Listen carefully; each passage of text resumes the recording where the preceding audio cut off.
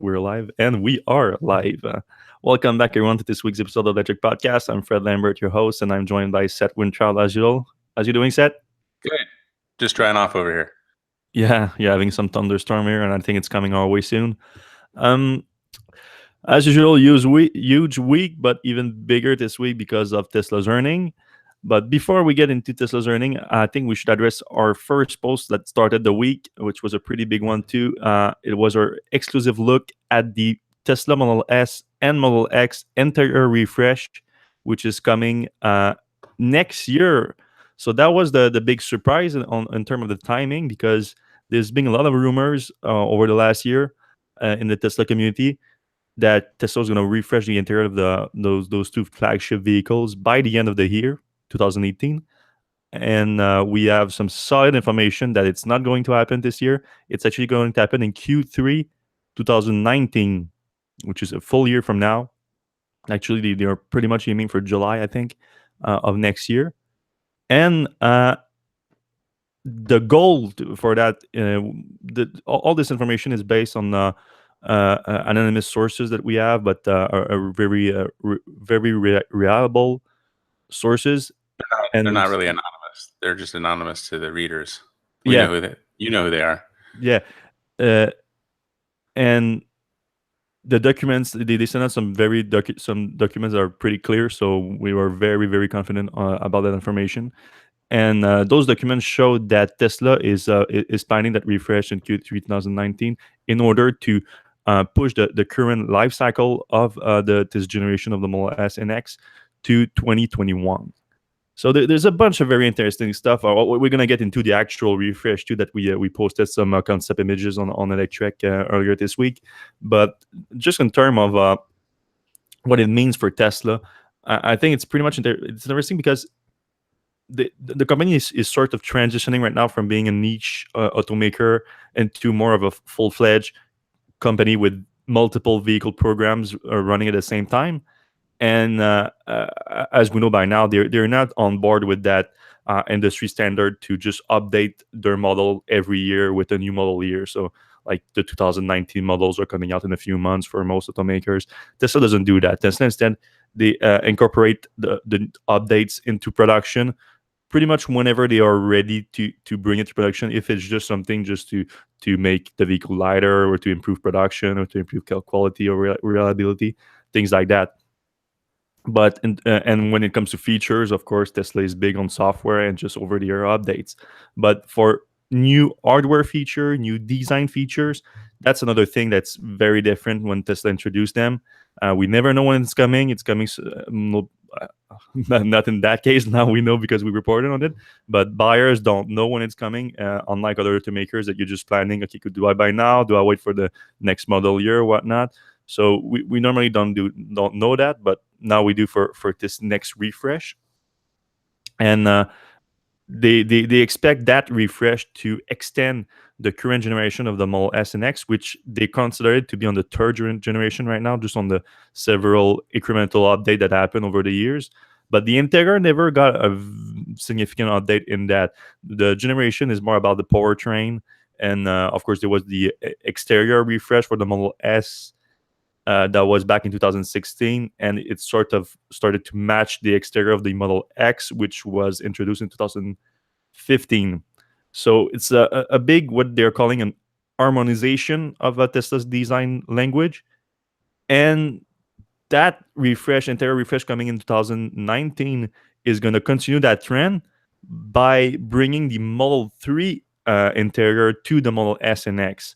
Well, when I say bring them, it's not exactly the Model 3 interior. It's going to still have some feature to differentiate from the less expensive Model 3 to the more premium Model S and X. But it's very much the same. You call it the Spartan Model 3 interior. Yeah, I mean it looks like the Model 3 interior with a bunch of little changes. A couple of things. You mentioned the constant improvement. There's something that it's called Kaizen. It's a Japanese thing that industrial engineers are taught. Constant improvement. Toyota is kind of famous for having started that, but Tesla's obviously taken it to the next level. And I think, if the other automakers don't kind of catch up, um, they're not gonna last too long. And you can see this in the autonomous industry, where Chevy has to have crews outside of the General Motors sphere because it won't be able to iterate fast enough if it's inside General Motors. Hmm. And I think that's happening with other groups too. As far as the car, and the images, a lot of things to unpack. Really, I mean, obviously the screen being the same as the Model 3, and it's probably a little bit bigger, but it's the same dimensions and the The same same format. landscape format, Yeah, right? yeah, yeah. With the speedometer on the left side, so that allows Tesla to kind of consolidate its work on screens to one thing, and it's a couple things on that is one, it seems like when Tesla releases a new vehicle, it kind of brings all its other vehicles into that kind of sphere. So Hmm. you mentioned before the Model X had that fascia, and then a couple months after the Model X was released, all of a sudden the Model S had that. So this is a little bit longer, further out. This is another year, Hmm. but the Model 3 is released. That's kind of Tesla's new format. So that's good because the software developers at Tesla won't have to, at some point in the future, they're going to stop developing for the current Model S and X portrait display, and they'll have one OS and one kind of format to deal with, unless Yeah.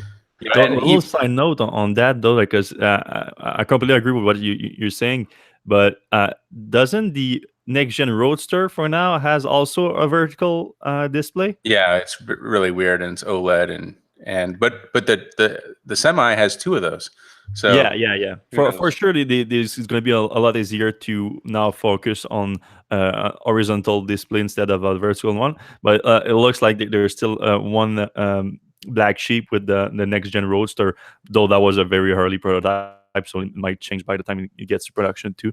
Though I'm not sure that there's enough space really in the interior of the Yeah, it Roadster was pretty for. tight in there. Yeah, I mean, you've got all those batteries and but big tires and stuff. so Oh yeah. the So another go interesting ahead. thing about before we go, another interesting thing about the uh, pictures that you posted, the gas pedal or the accelerator pedal looks exactly like a brake pedal. So there's two of those. I thought that was very strange, especially with the false clicks that Tesla blames on those people who keep running into nail salons or whatever. They Yeah, keep I think that's just because it's very early concept images, and probably there's not they didn't focus on making an upgrade for the pedals, and they just used a very basic drawing for the pedals. But Yeah, it seems likely. I And don't, I then don't also the so instrument that cluster. yeah. I mean, what do you think about that? Yeah, I think it makes a lot of sense. Really, I mean, uh, the way that we read the documents, the way that was presented by Tesla for their logic behind making the change is, yeah, they want to bring that more minimalist interior to the Model S and X, like the Model 3 and the new center display and everything, but they still want to keep some premium features for the Model S and X because it's a more premium vehicle, so it makes sense. um, the way they want to do that, they're talking about premiums materials. So they should be materials available in Model S and X that won't be available in Model 3.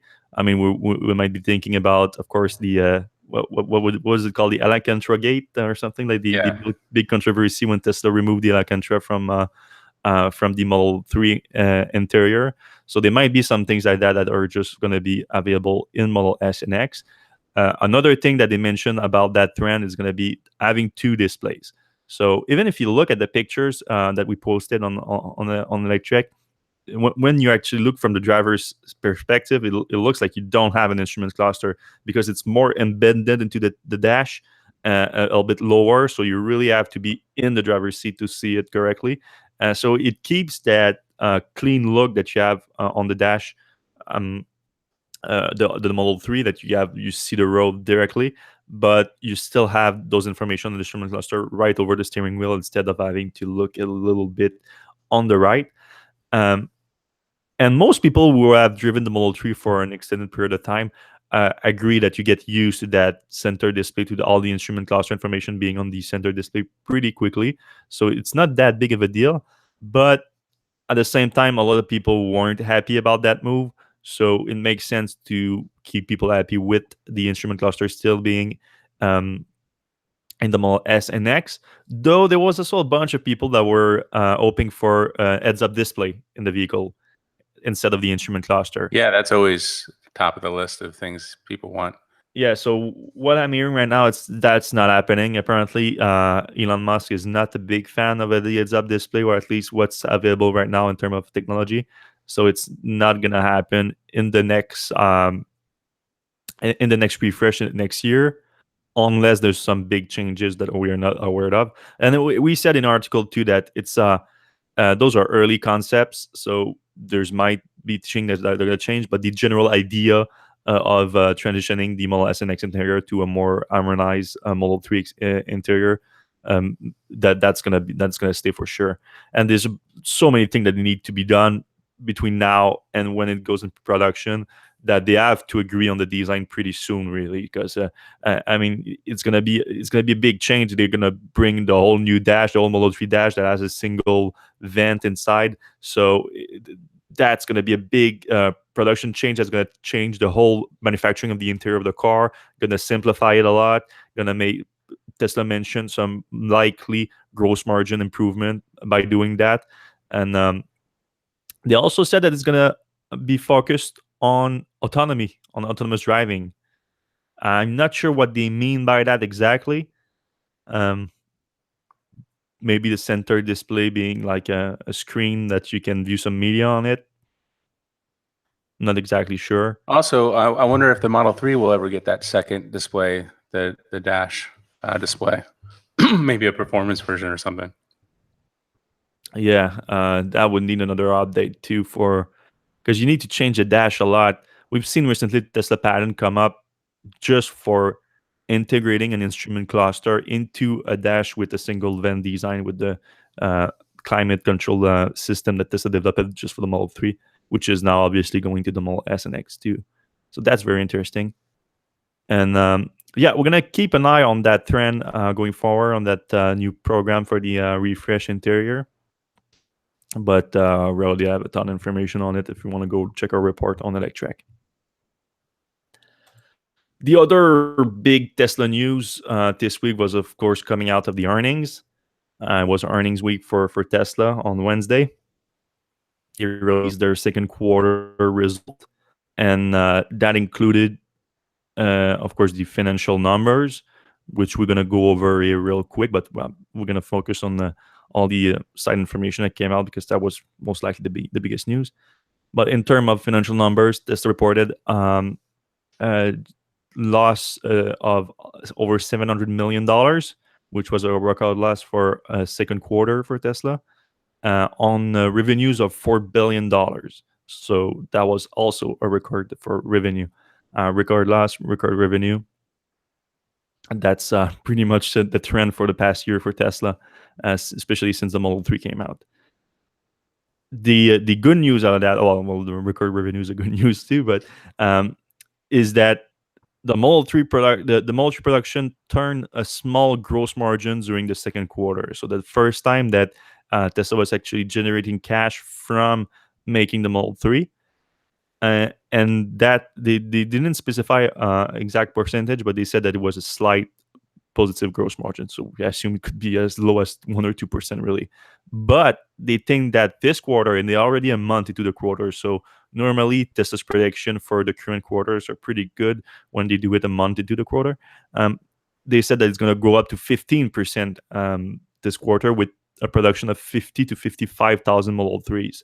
So now we're starting to talk about significant numbers. I mean, we're starting about over 3 billion in revenue just from Model 3, and like over 300 million in cash flow from Model 3 production. So that'd be a big change for Tesla, because they made that investment to get 5,000 vehicles a week over a year ago, and they haven't been able to reach that. So now that the investment has been made and the production rate is matching that investment, now you're starting to see the money flow.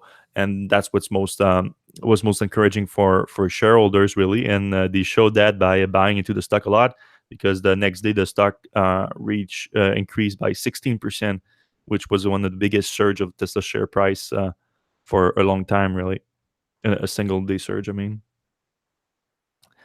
What other financial? Oh yeah, uh, the other big thing in terms of financial was capital expenditure.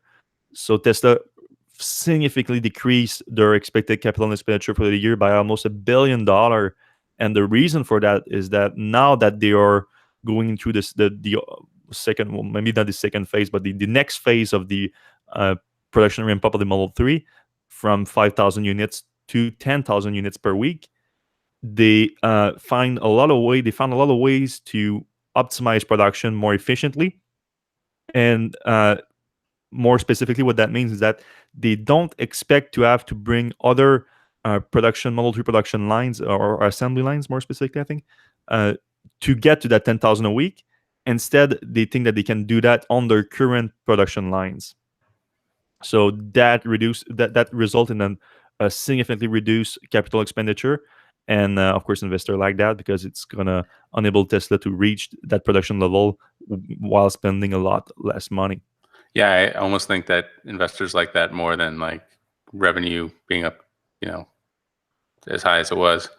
I think showing some fiscal responsibility is something the investors like to see, especially out of Tesla. Yeah, that's definitely the other thing that came out too. So we've known this for a while now, but Tesla plans to be profitable during the second half of the year. Uh, so that works with the And forevermore.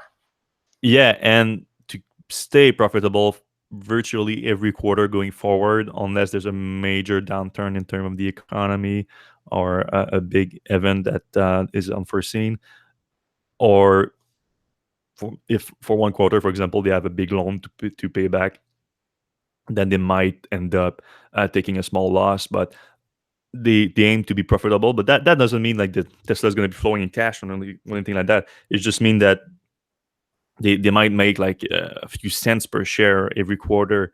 That's the goal is not is just to stop having those incredible large losses every quarter, but they want to maintain a high growth rate. And I mean that, and that's very important. I mean, why we like Tesla is because Tesla accelerate the electric vehicle adoption in every market that they get into, and they do that by spending a lot of money. And that's what ends up with $700 million losses per quarter, like we've seen the last quarter. Um, so there's sort of some kind of fear that if Tesla aims to stop having those big losses, they're gonna slow down the growth rate a lot. But what came out of this week's earnings is that Elon Musk sees a path to cutting down on those losses a lot, and maybe even making a small profit while still maintaining a very important growth rate. Because, for example, he said that he still sees a path to 1 million cars per year in 2020. Though he was very careful about that. It's probably like 750,000 makes a lot more sense. Also, I could hear his advisors, I think the CFO, Deepak, kind of feeding Elon information sometimes on that call. I don't know if you heard that, but I haven't caught up on that much. I feel like on that particular one about the 1 million cars, Mm-hmm. I heard him like, "Hey, walk that back," like because he was Yeah. like, "Yeah, I could do 1 million," and Deepak said, and then he was like, "Yeah, probably closer to 900,000 or 800,000 or something." Yeah. Well, it does make sense, because where are they going to make those cars?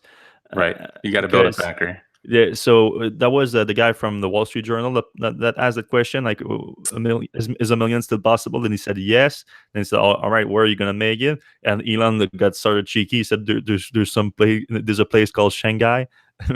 and uh, and I was surprised when he said that, because the timeline doesn't really work for me, because while they originally said 2 years is going to start production, in the earnings report they said it was going to be 3 years. So 3 years now, it's 2021. So uh, Yeah, doesn't make it, sense the Shanghai factory shouldn't contribute to that goal. I'll be very surprised if it contributes to that goal. unless Um, they're doing final assembly there. You know, And Right. even then, if you do final assembly on cars made where, Right. it has to be made in Fremont at that point. I don't see Tesla opening a factory by 2020 that produces a significant number of cars. I just don't. So it pretty much just Fremont at some point.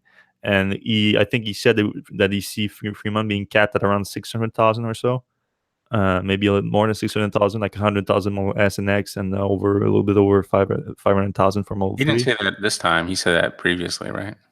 I think he did said it this time too, Okay. or a number similar to that.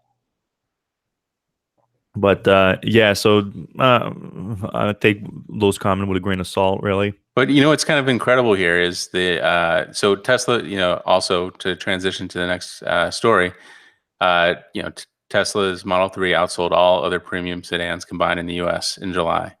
So, we're just at this small point where, Tesla's making $250,000 a year, run rate of 5,000 a week. And he wants to quadruple that. And it's already beating every single mid-size premium sedan combined, and he wants 4 times that. Yeah. That's Well, I think there's a bunch of footnotes to add to this, even though it's like I don't want to throw cold water on the achievement because it's a great achievement for sure.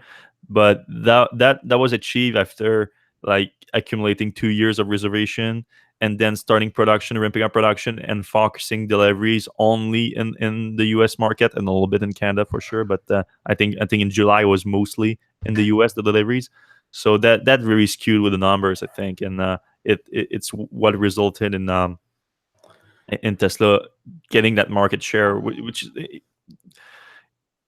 any way you look at it, it's impressive that they achieve a 50% market share in the premium midsize sedan market for sure. But you have to take those things into account. Um, Elon did say that he sees that trend continuing and Tesla actually increasing their market share, which I think is fair for the next few months. But I think it's gonna go down once Tesla goes international deliveries with Europe and Asia. I think it's gonna go down also, like once the big rush of new orders for the dual motors version and performance version ends, because once they open that up, a bunch of reservation that was accumulated over the last 2 years placed their orders, so that changed too. But at the same time, there's a standard battery pack version that should also contribute to a boost in sales. So I think for a year from now, if we look at the US market and their market share, I think we're gonna have a much better idea of really the impact of the Model 3. I think it's going to be an incredible impact either way. But 50% of the whole market, I'd be very surprised if Well, there's. so there's another point that Elon brought up, and that's the family, friends, and Mhm. neighbors component, where nobody's nobody in the middle of America or most cities have even seen a Model 3, let alone test driven one. And now that they're actually getting out to people, then your family, your uncle's got one, your neighbor's got one, you get a ride in and you're like, oh, this is pretty seriously cool. And it's not crazy expensive, 35,000. I think that's going to spur demand in a big way. I mean, as they say, as Tesla says often, they have a lot of levers to push. They have, one basically model right now. They have, two interiors if you count the white that just came out. They have, they they're very on the tip of the iceberg about uh, how much how many levers they've pushed. So I see demand going way up. I don't think Tesla's going to be able to meet demand for a long time. I think that's fair. I think that's absolutely fair. Uh, but there's just so many variables right now affecting diamond, and I think I think I see diamond increasing too, but I still have a thing also decrease because my big thing is right now all production is focusing to the US, and it's just not going to be the case for a long time. After Q4, probably when Tesla start international deliveries. So now it's not just the diamond resulting in the market share for Tesla and the Model 3 in the premium segment. It's also just the fact that production is focused on the US. So diamond aside, that market share will drop just based on Tesla being production constraints still on the Model 3. That was mainly my point. For them, it's going to increase for sure. Just um, the market share will not follow them, and if that makes sense. Yeah, I get it.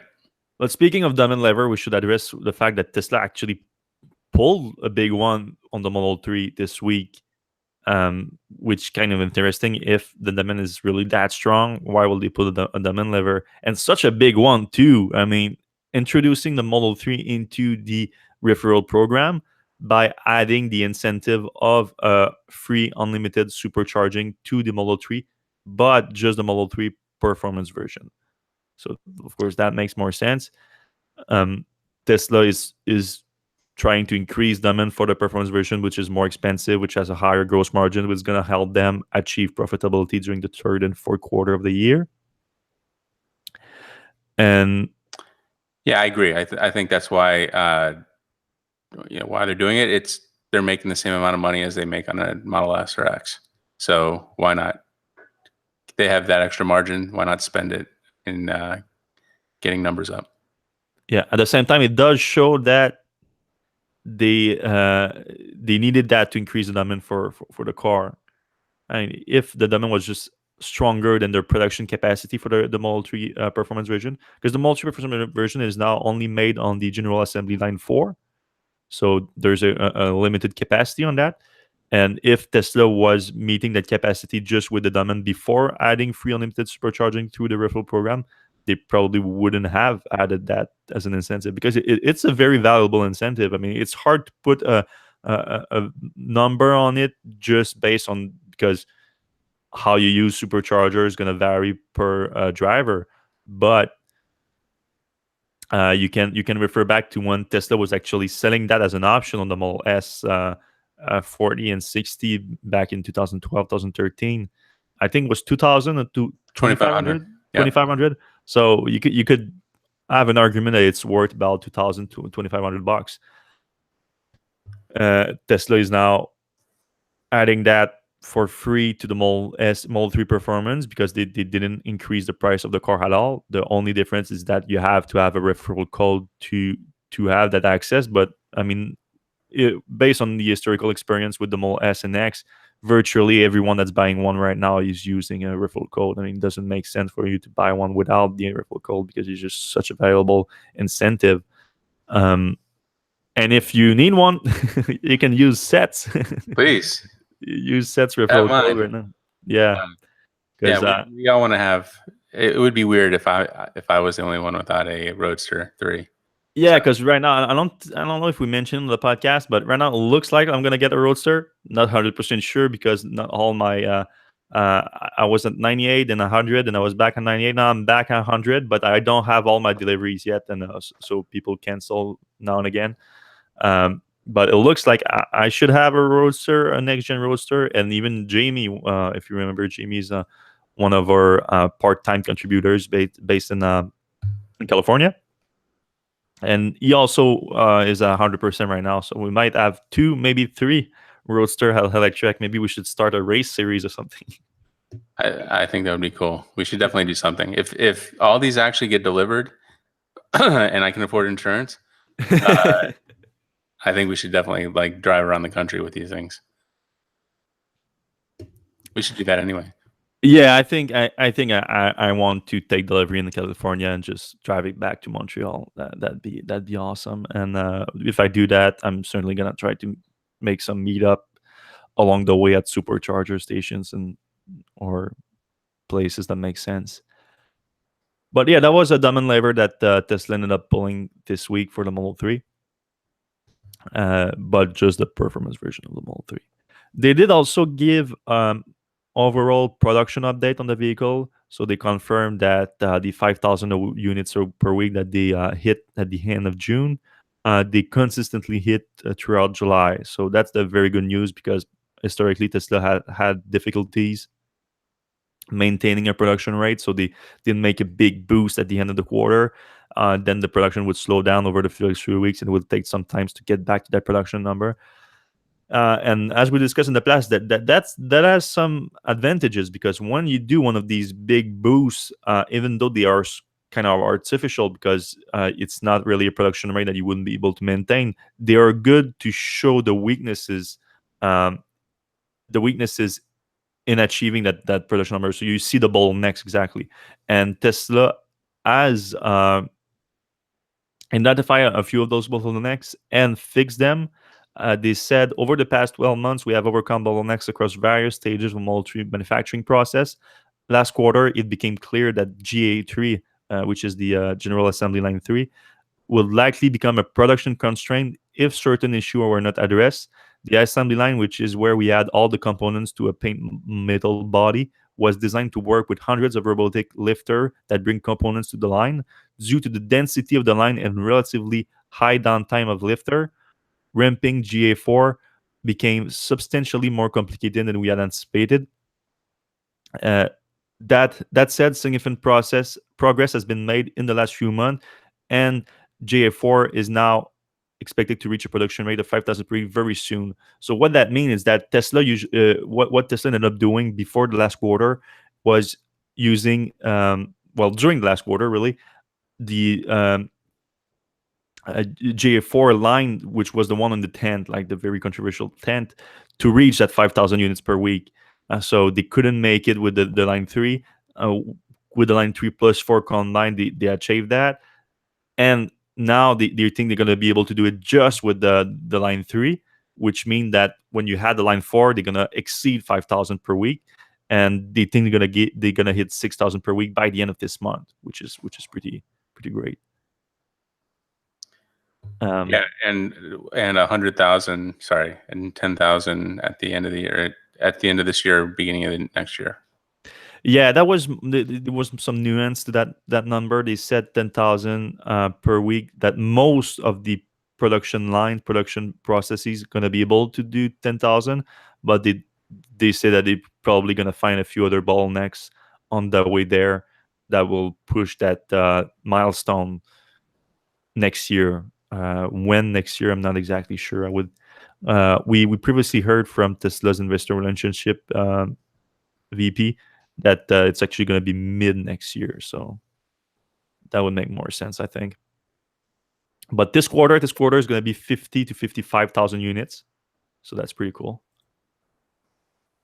What else? I mean, we're already at 250,000 a year run rate. Exactly. So going up to 300,000, that's quite a few cars. So now the few other things that came out during the earnings call that was very interesting. I think the most interesting one was definitely the hardware 3 for Autopilot. So that's something that we've been talking about for years, really, ever since we reported back that they hired Jim Keller, a very famous chip architect that worked back years ago at AMD, then at the PSMI, then Apple. Before it was acquired by Apple. So then he worked on a bunch of chips at Apple's. Then he went back to AMD, and Tesla hired him from AMD. He hired him to be VP of engineering and Autopilot hardware. So when they hired him back in 2015, but they didn't really quietly, and we Electrek revealed it in 2016. So at that time, we sort of speculated that maybe Tesla would be looking at making their own chip if they hired such a famous chip architect. But at that same time, it didn't make so much sense because, I mean, that's such a big endeavor for a relatively small company like Tesla. But then what we reported a few months later is that a bunch of other chip architects were hired by Tesla just a few months after Keller. So now it started looking a lot more likely. That was back in 2016 when we started speculating about that, and a bunch of people just didn't believe us because, and again, I get why it's such a big thing for an automaker to do. And I don't remember any other automaker ever making their own computer chips or own silicon. So, but yeah, this is kind of a pattern though. When Tesla was going to have their own music service, you're like, well, why would Tesla have its own music service? But when you start to think of the scale that Tesla wants to be at, then all of a sudden having your own music service starts to make sense, and having your own chips starts to make sense. I mean, Tesla thinks big. They're thinking like massive scale. Yeah, and they know that computer power inside vehicles is gonna be increasingly important in the next few years. It's Exactly. already extremely important now, but it's gonna be increasingly so in the next few years with autonomous driving and with just higher media centers, more expanding media centers inside vehicles. So the ability to be able to increase the computer power in your car with the advancement in the technology in the autonomous driving technology is going to be very important. So either you become dependent to those suppliers, those chip suppliers, a lot like electric automakers right now are very dependent to battery suppliers. And Tesla is increasingly being involved in the battery supply chain, and now they're being increasingly involved in chip making. So what we learned really this week is that the Tesla's chip making effort culminated into a new chip developed from the ground up to be a neural net accelerator. So instead of using a GPU based technology for the current chip that are powering the Autopilot computer inside the Tesla's Autopilot 2.0 and 2.5 hardware suite, they're going to use a brand new one developed by Tesla that's it's made from the ground up to power neural nets, which is very the core of Tesla's autonomous driving technology because it's vision based. So you get information from the cameras around the car, from the radar in the car, from the ultrasonic sensor inside the car, and that information is being processed by a neural net, which then use information to take driving decisions. And so that's a ton of data, a ton of images to process real quick. And they say that their current system, which is based on GPU by NVIDIA, is capable of handling about 200 frames per second. And they claim that their new system is another magnitude more efficient and can do 2,000 frames per second with redundancy, which is, of course, important because you don't want to have like your system crash and then the car cannot drive itself anymore. So it's Pete Bannon now that's running the project because did I say that right? You did it again. No, no. Steve Bannon, the Trump White House. I did say Pete Bannon, right? No, Pete Bannon, right? It's Pete Bannon, right? I got it right. I got it right. Okay. As soon as I said it, I was afraid, but it's Pete Bannon, and I have the article in front of me right now. Yeah, it's Pete Bannon. So Jim Keller, we reported earlier this year, he left the company.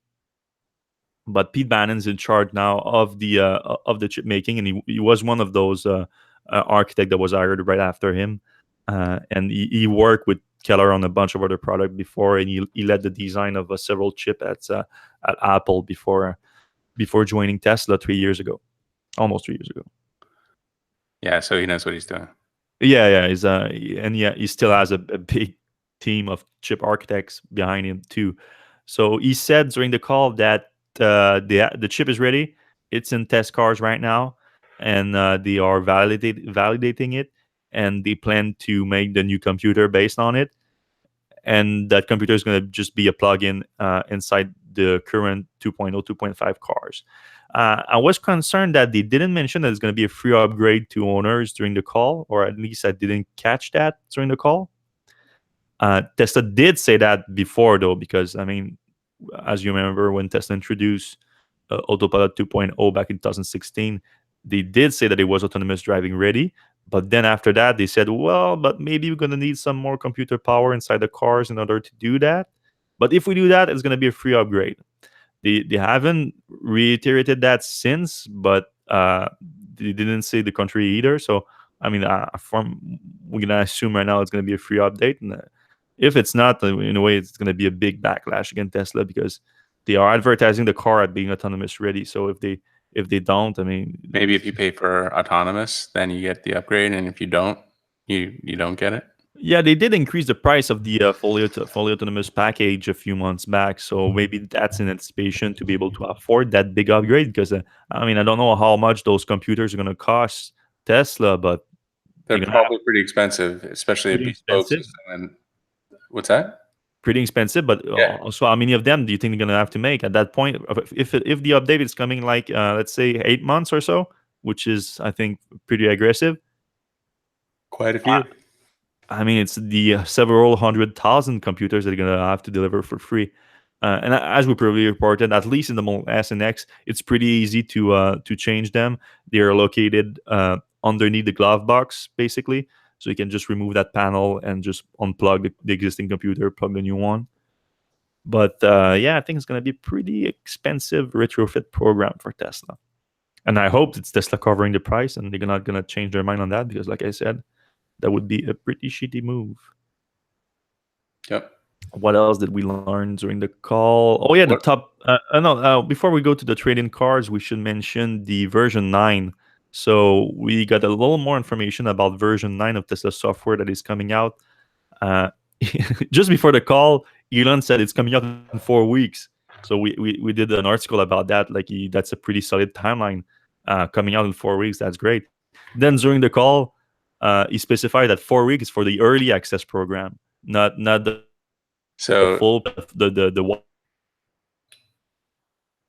a good example of Elon time versus Earth time. wider fleet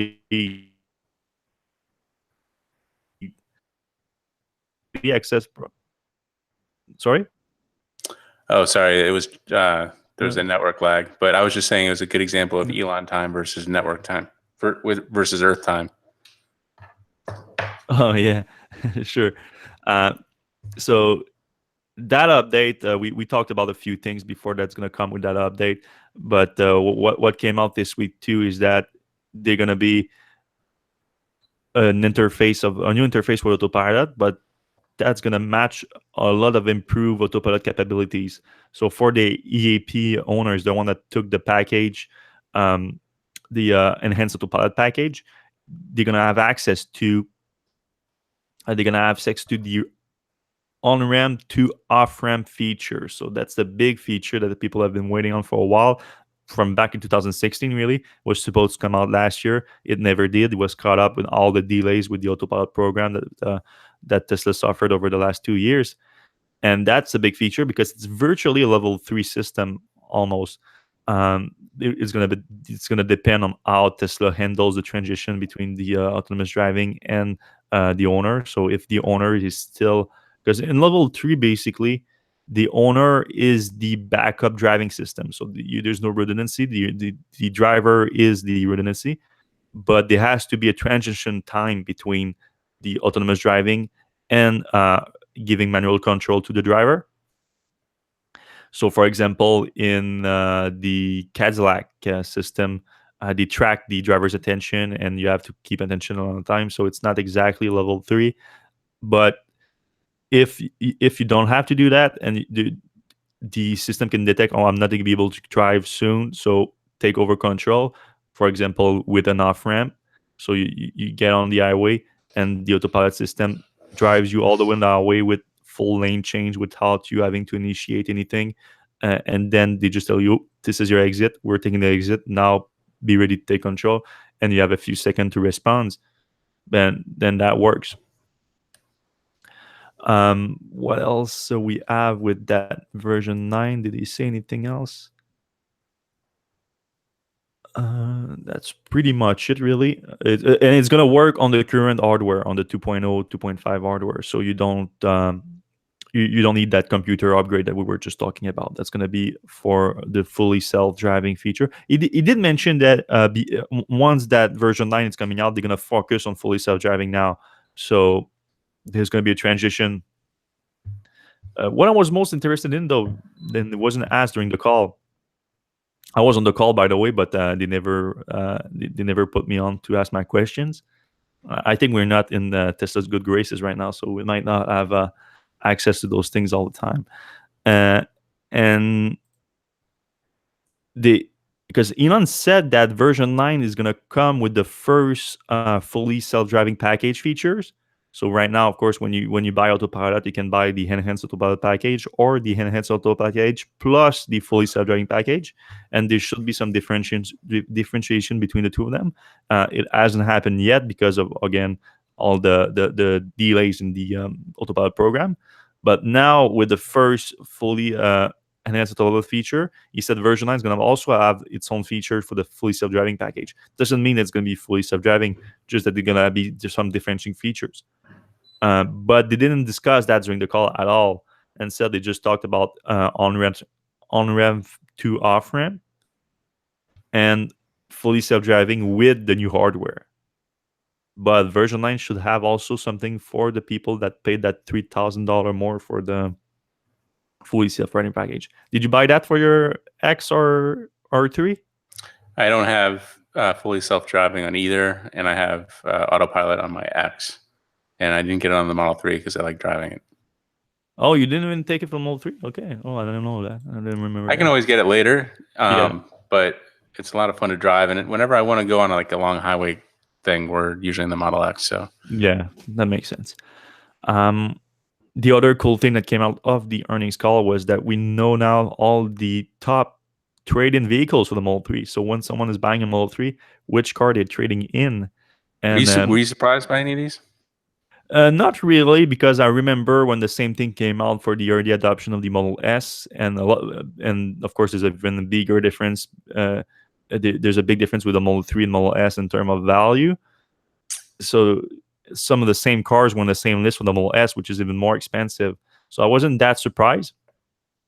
But first of all, the interesting thing is that, and they only mentioned it briefly, when Elon mentioned the list, which is, I'm going to say, by the way, it's Toyota Prius, BMW 3 Series, Honda Accord, Honda Civic, and Nissan Leaf. They said that the list was the top five, but the top five of non-Tesla trade-in. The fact that they have to specify that leads me to believe that there's a Tesla on the list, and it has to be the Model S, right? It cannot be the version Model X, unless there's the two of them are there, but that'd be very surprising to me. So the Model S is most likely in the top five vehicle that people are trading in. So a lot of owners, some Tesla owners, are exchanging the Model S for the Model 3. It seems like Doesn't surprise me. no, right? Do any of the other cars surprise you though? The Prius, the So 3 basically, Series? there's like two camps. There's the green people who have Priuses and Nissan Leafs, and then there's the people who have kind of sportier cars, the BMW 3 Series, and I guess Civics and Accords are, of the regular size sedans. It's more sporty than a Corolla or a Toyota Corolla or whatever GM's making these days. So on a high level, no, not really. I am kind of surprised that BMW 3 Series is a little bit impressive because the obvious reasons. The performance ones are just coming out now. Yeah, I don't know. I wonder, because I know there's more Toyota like Corollas and Camrys out there. I wonder why Honda Accord and Civic, which I think don't sell as well as Toyotas, are on the list and Toyota's not. They do sell extremely well in Canada, so I assume that Canada is also The Hondas or the Toyotas? the Hondas. Yeah. Yeah, the Accord and the Civic are very popular in Canada. Yeah. But yeah, I mean, my logic is that to explain this is those cars are also very efficient. All the cars on the list, even the gas powered ones, except maybe for the 3 Series, but which also not too bad. But they are pretty efficient for gas powered cars. Yeah. So it's basically that people that are efficiently driven, they want efficient vehicles, but they want also vehicles that satisfy their needs. So maybe going electric before the Model 3 just didn't make sense for them. So they want the best, most efficient vehicle that also satisfy their needs. And the price is not really the concern. So Honda Civic satisfied their need and everything, and the price made sense, so they went with it. Might be someone that can afford a much more expensive vehicle like the Model 3, but they didn't really need it. But efficiency is also important in their decision making. So now that the Model 3 is out and it's much more efficient than in any of those cars, they went with it. So I mean, I think it's the most simple and most obvious buying logic behind those cars being traded in. Are you surprised like Mercedes and Audi and those kind of cars aren't on the list? Not too much really. They're probably not too far behind that. that's we have to take in mind. It's just the top five, really. If you Right. put the top 10, for example, I'm pretty sure they're gonna be like a C class maybe on them, on a ODA 3, ODA 4, Audi A4. But the BMW 3 Series is more popular in that segment, I think, in the US. Okay. Don't quote me on that. I'm not exactly sure. So it makes more sense that there's more out there, so there's more to trade ins. But there's also a thing with loyalty. Like, it's a big thing in the auto industry, especially in the premium segments. And I think it's especially big on with Mercedes. I know a lot of Mercedes owners that just swear by it and wouldn't exchange a car for anything else. So it makes sense that they would be on top, in my opinion. Moving on, we're already almost an hour in, so we should move a little bit quicker. A quick mention on Tesla Energy. What we learned from the earnings and from the conference call that followed it. Um, Solar deployment is stable since Tesla's acquisition of SolarCity. So 84 megawatts of solar energy generation deployed in Q2, which is up from last quarter. Pretty stable since the acquisition, like I said, but significantly down those before the acquisition of SolarCity. Of course, that's explained by the restructuring of Tesla cells, now focused on selling only through Tesla stores instead of the many different sales channels that SolarCity used to have. Also, a focus on cash transaction, so people that are buying the system outright, or they are using loans to buy it or whatever, instead of the leasing. So leasing was SolarCity's bread and butter. Now Tesla wants to focus on cash system, which of course is good for cash flow, and they want that cash flow right now because they want to be profitable during the second half of the year. uh, energy storage Energy storage is of course way up year over year, but down from last quarter, because last quarter was insane because of the giant Tesla battery power pack system in Australia, which was accounted for in Q1, even though it was installed in Q4 last year. The last quarter was 203 megawatt hours, so still a very, very significant deployment of energy capacity. But they say that they are cell starved right now for the power wall. At least they didn't mention the power pack, but I assume they use like very similar cells, if not the same cells. And though Tesla has been known to use different suppliers for the power pack cells at time, like the giant battery in Australia that we just mentioned. And yeah, they said that the power wall right now is cell starved, which makes sense because it's very hard to get a power wall right now. Very hard. What was the thing that the girl told you about your power wall on order set? That Originally, she said she couldn't get Elon and JB to sign it, the referral one. And then I just heard that they made all the power walls that they were going to give out this year through the referral program, right? through the referral program. It's July, Yeah. and that's kind of sad because that means we're going to have like, I don't know, 4 or 5 at that point. Yeah. So yeah, they're way behind on the power wall they should give on the referral program, and I think she did tell you, like, so it won't be until like Q3 of next year or something like that. Q2 next year. Yeah, it was basically like, don't wait on it. Don't wait on us. You get your own power wall. Yeah, we owe you a power wall, but we're not going to give it to you for at least another year, because we can't make them fast enough. So yeah, they're very far behind on the power wall demand right now.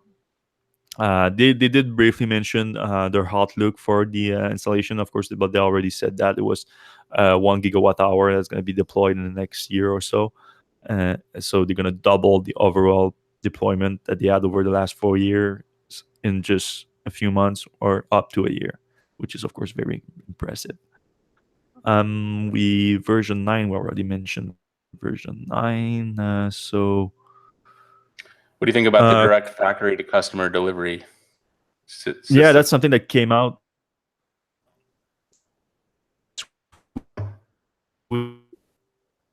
Personally delivered a Model 3 that shipped directly from the factory to the customer's home.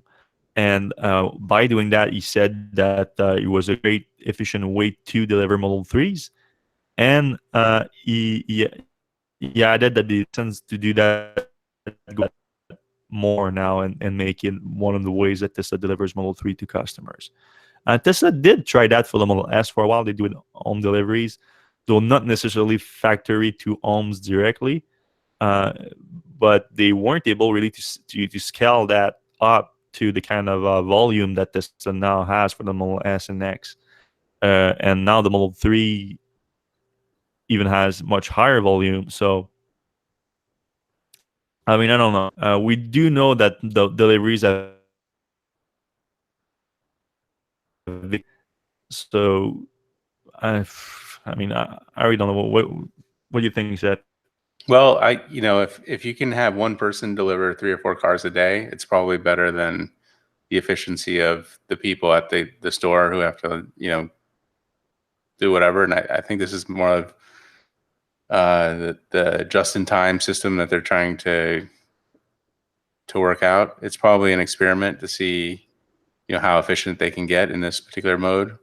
I mean, what what everybody's thinking of in the next 3 or 4 years is the cars kind of delivering themselves. It comes Mm-hmm. off the the line, the batteries are charged, and it just drives itself across the country and into your driveway.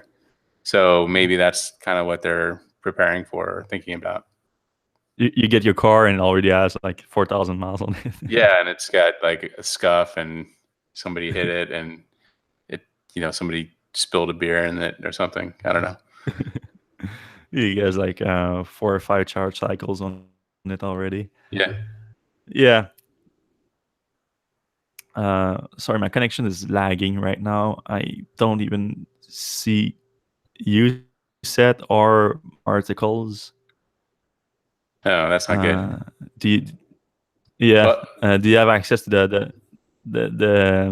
theft articles? So the next thing is the warrants of theft risk among relay attacks, and Mm-hmm. so this happens mostly in Europe. It seems like, where people are able to do it's called a relay, and I think it's it's by amplifying the signal of your fob.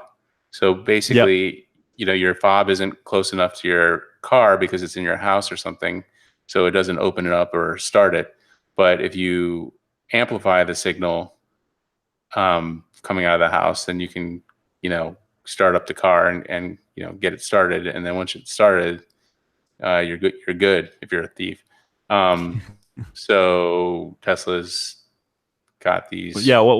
what Tesla did is that there was actually a string of theft in London or around London and the UK in general, really. And when that happened, and it followed a bunch of other strings of theft in other European cities. And for some reason, it's really just in Europe, even though like you could do the same thing in North America, really. Uh, Apparently, just the thieves are not as sophisticated technologically than they are in Europe. But yeah, they can do that relay attack by copying a key fob signal and bring it back near the car. So if you have passive N3, you can just get inside. So what Tesla did is that because of that latest strings of attack in London, they ended up doing a little email campaign with the local owners to give them tips on how to prevent theft of their cars. And those tips included the recent capacity to remove passive entry. So a few months back, Tesla sent out an update that you give you the ability to disable passive entry, which is the ability to just walk up to the car if you have your key fob on you. Um, it unlocks. So having that is going to remove that problem, or at least make it a lot more difficult for thieves to steal the car. The other option, if you want to keep passive entry, you can store because normally what they do is your car is parked in public, like on the street or in your driveway, so it's visible and accessible to a thief, but the key is too far away from the car to unlock it. So that's when they use the relay attack. But if you cannot access at all the signal of the or your key, that won't work. So that's why Tesla also suggested, if you don't want to remove passive entry, you can use a Faraday cage or Faraday pouch, or they sell that on Amazon right now. It's just a little pouch that block the signal completely. So when you get home, you put the key in that pouch, so they won't be able to relay it, uh, and you just remove it from your pouch. when you want to walk up to your car. Probably just keep the pouch at home, basically, unless you have similar concern at work or at other places that you often park your car. Yeah, Faraday. That's funny. It's kind of weird because our bedroom is right above our garage, and the lights turn on when you approach your car. Hmm. And if I leave my keys and my pants are on my by my bedside, it's close enough to the car where all night the lights come off on and Yeah. off all night. So I have to keep the keys, far enough away from the car to avoid that. Yeah, there was a bunch of things like that. That people thought that their car was just waking up by themselves, like ghost things, or at first because uh, people had like Nest cams, for example, like webcams, security cameras in their garage, Right. and they caught the lights opening by themselves a bunch of times. Yeah, and if you have the door open, it's even more annoying. I had that for a while, and I'd hear slam. The door would just open and shut all night. Yes. So people thought, well, what was going on? It's just Yeah. normally it's because your key is not at the right place, really. Uh, Quickly, we should Towing. also, yeah, the towing capacity on the Model 3. That was a big feature request by Tesla reservation holders and now Tesla owner. Elon Musk said it was coming back in 2016, but that was just after they launched the Model 3. So that was 2 years ago. We didn't hear anything from it. But one of our readers spotted a Tesla test mule, a Model 3 test mule with a trailer. So the assumption here is that Tesla is testing a towing capacity on the Model 3 because it doesn't have an official rating right now. You can still buy third-party towage from a few custom builder that made it especially for the Model 3. But doing that, you have to be careful. Like it could void your warranty because there's no rating towing capacity right now on the Model 3. It'd be nice if they at least could just have a bike rack on there. Yeah, that's another thing why you would want a towage, right? For sure. Right. But also, like even if it's a mid-size sedan, you could also get a small towing capacity for a small trailer or something like that. Right. But furthermore, we last week we reported on a bunch of cool video from I'm gonna screw up his name, but Engineerix, I think. You can check him out on YouTube. He's tearing down Model 3 and giving us a very cool look at a bunch of things. And recently, he also found down on one of the Tesla computers or power board. I don't exactly remember which one, but a system for managing a link to a trailer. So there's some system already on board the Model 3 right now to handle a trailer, so a towing capacity edge. So that combined with the sighting of Tesla's test mule start to make sense right now that Tesla is gonna release a towing capacity rating for the Model 3 sometime soon. So we're an hour and 2 minutes into the podcast. Should we talk about something that's not Tesla? Yeah, that makes sense, right? Yeah, and something very exciting too. I mean, the Harley Davidson. We reported on them a few times the past year, and now that they are officially planning to launch the Longueville Livewire electric motorcycle program. Which we've been actually talking about since like Electrek was started, like in 2013 or something. Yeah, they've been on that for a long time. But they're actually doing it, it seems like. Yeah, and they back then they did like a whole fleet of them. They did I think 100 prototypes or so, Yeah, and it it was was even in like a animated movie or something. not an animated movie, I mean, Avenger movie. yeah. So a real live action movie, Right. and it made a bunch of waves from there. And of course, like Harley Davidson was seen like not as a very pioneer of electric motorcycle. They're late to the game and everything, and they've seemed very tentative about launching the Livewire. Now last year they confirmed, yeah, we're bringing the Livewire for sure. And now this week, what they said is that not only going to bring the Livewire, but we're going to bring a whole lineup of electric motorcycle and even A bike. some, there's more electric bike than motorcycle. So we've been talking about this sort of new segment emerging for a while now that sort of lives between the electric bike and the electric motorcycle, so sort of an electric moped and an electric scooter. So they're planning on launching that. So there's going to be a full other motorcycle that it's lighter than the usual Harley Davidson that when you think of Harley Davidson, the bike that comes to mind, it's a bigger, more cruiser bike. Now there's going to be more not dirt bike, but what did they call it? Did they call it cafe bike or I I don't don't know. It know? looks more like a sport bike, I guess. Yeah, sport bike, not really a dirt bike or anything, but closer to that. And one that's like we said, like between like an electric moped, basically. Not unlike the Surround that I'm testing right now. That I'm gonna have a review. Maybe not next week because I'm gonna have a hard time filming it if we have thunderstorm this weekend, which are coming. But if not, it's gonna be next week. And if there's problem with temperature with the weather, it's gonna be the week after that. So a bunch of other cool things are coming up right now in that segment, and Harley Davidson is on board, so that's for sure gonna put a big spotlight on it. So I think it's gonna be a big accelerator of that segment. Yeah, Yamaha makes bike engines, like electric bike engines. So I would be surprised if they weren't in there as well.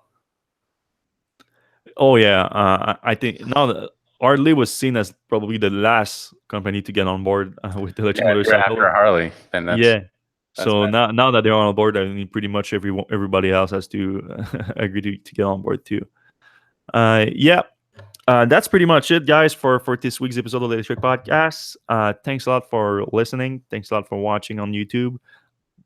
Thanks to all the subscriber. You can like this video and subscribe. It helps a lot. Thanks to our Patreon supporter at patreon.com/electrek. Like we said, we're gonna maybe not ship out this month because there's the way we launched the Patreon. It there was this sort of gap that we have a few people now that are eligible to get their hoodies and their t-shirt this month, but there's a lot more that are going to be eligible next month. So it might make more sense for us to combine those and make a bigger batch of apparels. But you're gonna get your apparels in the next month or two, and then we're gonna launch our whole new series of apparels and other goodies that are gonna be your new prizes for Electrek supporters on Patreon.com. So thanks a lot, guys, and we're gonna see you next time next week. Bye bye.